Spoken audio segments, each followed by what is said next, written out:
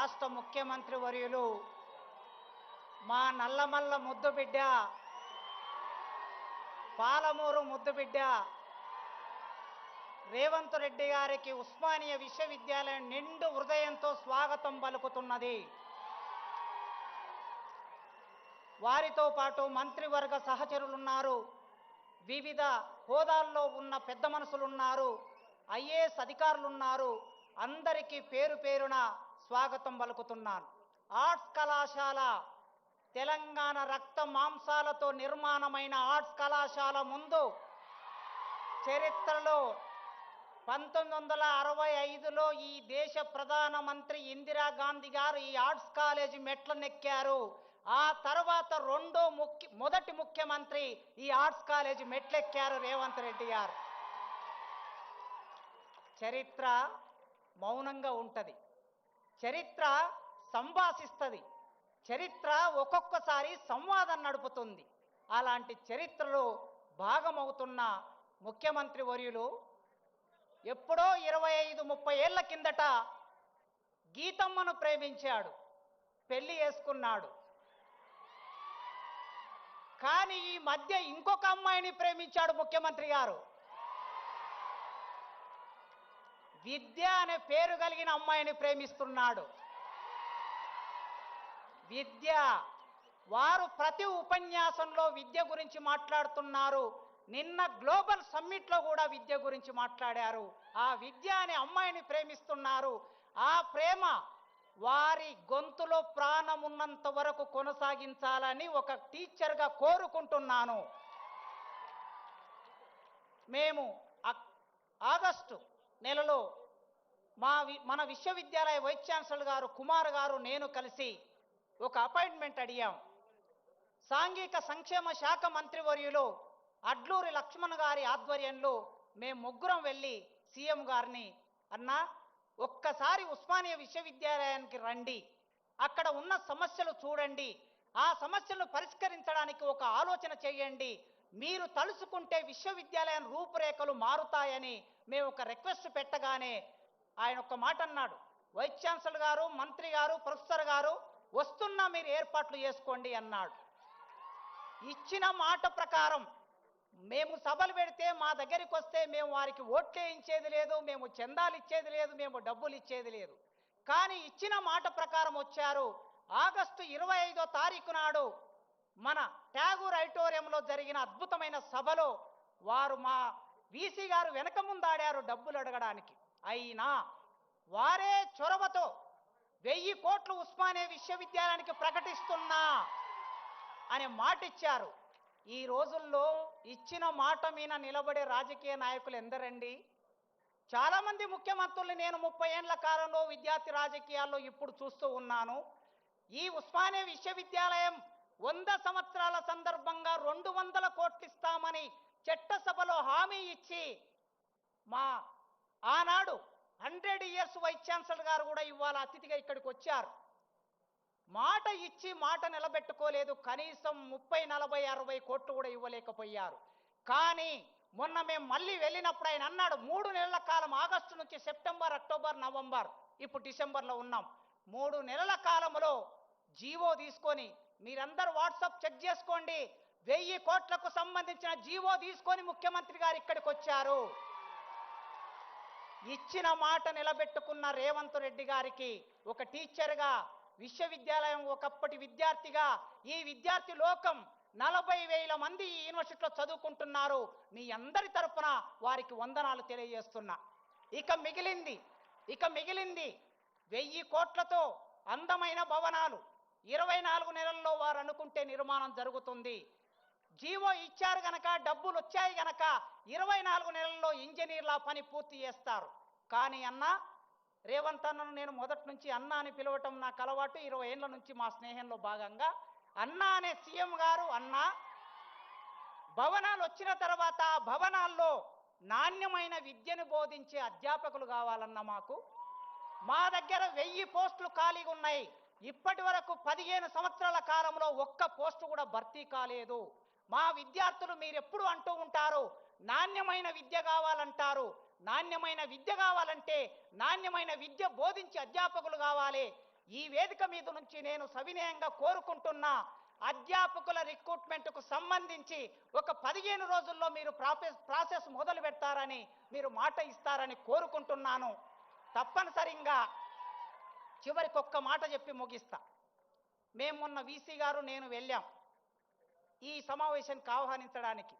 వారే ఒక మాట అన్నారు, ప్రొఫెసర్ గారు ఢిల్లీలో జేఎన్యూ ఉన్నది, మరొక చోట ఆక్స్ఫోర్డ్ ఉన్నది, ఇంకొక చోట స్టాన్ఫోర్డ్ ఉన్నది. ప్రపంచంలో ఈ విశ్వవిద్యాలయాల పేర్లు చెప్పుకుంటున్నారు. మరి తెలంగాణలో హైదరాబాద్ నగరంలో 100 సంవత్సరాలు పూర్తి చేసుకున్న ఈ ఉస్మానియా విశ్వవిద్యాలయం పేరు వాటిలాగా చెప్పుకోవాలి కదా అన్నారు. చాలా మంచి మాట చెప్పారు వారు. ఆ మాట వారే చేయగలరు. ఖచ్చితంగా ఈ ఉస్మానియా విశ్వవిద్యాలయం నాకు 16 సంవత్సరాల సర్వీస్ ఉన్నది. మీరు ఇంకొక 1000 మందిని భర్తీ చేస్తే వాళ్ళు 30 ఏళ్ళు పనిచేస్తారు. రాజకీయ నాయకుల జోక్యం లేకుండా, ఎమ్మెల్యేల జోక్యం లేకుండా, ఎంపీల జోక్యం లేకుండా, మంత్రుల జోక్యం లేకుండా పూర్తిగా సెలక్షన్ కమిటీకి వదిలేయండి. తప్పనిసరిగా నాణ్యమైన ప్రొఫెసర్లను భర్తీ చేసే బాధ్యత మా యూనివర్సిటీ వైస్ ఛాన్సలర్ కుమార్ గారు తీసుకుంటారు. ఈ విశ్వవిద్యాలయాన్ని మీరు 2047 అన్నారు కదా, ఆ 47 కాదు 2037. ఇవాళ 25లో ఉన్నాం. 35కి వచ్చే నాటికి ఈ విశ్వవిద్యాలయం రూపురేఖలు మీ నాయకత్వంలో మార్చగలం. ఆ హామీ ఇస్తూ నాకు ఈ అవకాశం ఇచ్చిన మీకు వందనాలు తెలియజేస్తూ ముగిస్తున్నాను. Thank you. తెలంగాణ అంటేనే ఒక గ్లోబల్ అప్రోచ్. మరి స్టాన్ఫోర్డ్ లాంటి ప్రపంచ స్థాయి యూనివర్సిటీ స్థాయికి కేవలం 10 ఏళ్లలో ఎదిగేందుకు ఆనరబుల్ సీఎం గారి అండదండలు ఆశీర్వచనాలు కావాలని చెప్పారు ప్రొఫెసర్ కాసిం గారు. భౌతిక సదుపాయాలు ఉన్నాయి, బౌద్ధిక సామర్థ్యాలు కావాలి అన్న వారి సందేశానికి ధన్యవాదాలతో 30 సంవత్సరాలుగా విశ్వవిద్యాలయ ఇంజనీరింగ్ కళాశాలలో విశ్వవిద్యాలయంలో అన్ని హోదాల్లో సేవలందించి 20 ప్రపంచ దేశాల్లో సాంకేతిక ప్రసంగాలు, అనేక మంది విద్యార్థుల్ని పిహెచ్డిలో ఎంటెక్తో గైడ్ చేసిన పెద్దలు మన యూనివర్సిటీ వైస్ ఛాన్సలర్ కుమార్ గారి సందేశం.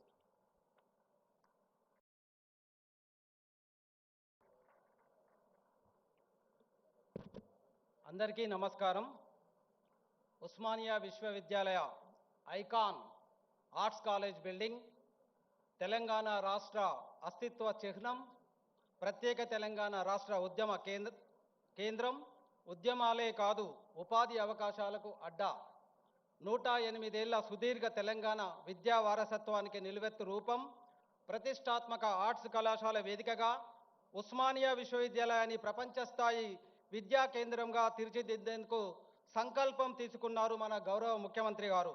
విద్యా రంగాన్ని కొత్త పుంతలు తొక్కించాలని, ప్రపంచంలో ఎక్కడికెళ్ళినా మన విద్యార్థులు రాణించాలని, ఓయూ విద్యార్థులు అత్యున్నత స్థాయిని అధిష్ఠించాలని నిరంతరం శ్రమిస్తున్న గౌరవ శ్రీ రేవంత్ రెడ్డి గారికి 3,60,000 ఉస్మానియా విద్యార్థుల పక్షాన, 20,000 మంది క్యాంపస్ విద్యార్థుల పక్షాన, లక్షలాది మంది ఓయూ పూర్వ విద్యార్థుల పక్షాన, అధ్యాపకులు ఉద్యోగుల తరఫున ఘన స్వాగతం పలుకుతున్నాం సార్.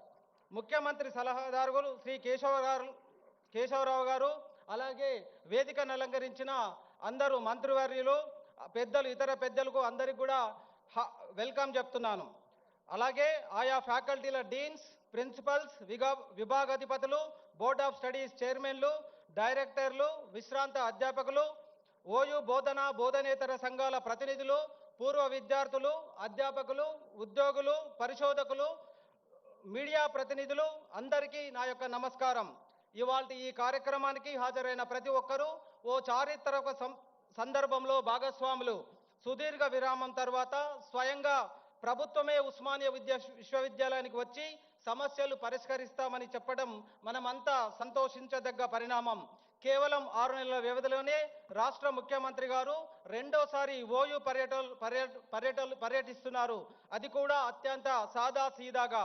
గత ఆగస్టు 25న ఠాగూర్ ఆడిటోరియంలో జరిగిన మీటింగ్లోనే ముఖ్యమంత్రి గారు చాలా స్పష్టంగా చెప్పారు, మీకు ఏం కావాలో చెప్పండి అని. మనం చెప్పిన వాటికి అదనంగా పోటీ ప్రపంచానికి అనుగుణంగా ఓయూ ఎలా ఉండాలో నిర్దేశిస్తున్నారు.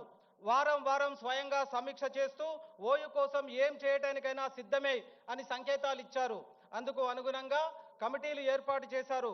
కమిటీ సభ్యులు ఐఐటి హైదరాబాద్, ఐఎస్బి సహా ఉత్తమ విద్యా కేంద్రాలన్నింటిని పరిశీలించారు.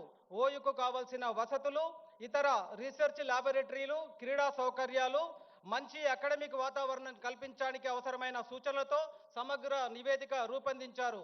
ఓయుకు అవసరమైన మౌలిక వసతుల కల్పన, ఉద్యోగుల నియామకాలు, మరో 100 ఏళ్లు ఓయు పురోగతికి అవసరమైన వసతులు కల్పించేందుకు ముఖ్యమంత్రి గారి మార్గదర్శకత్వంలో మేమందరం పనిచేస్తున్నాం.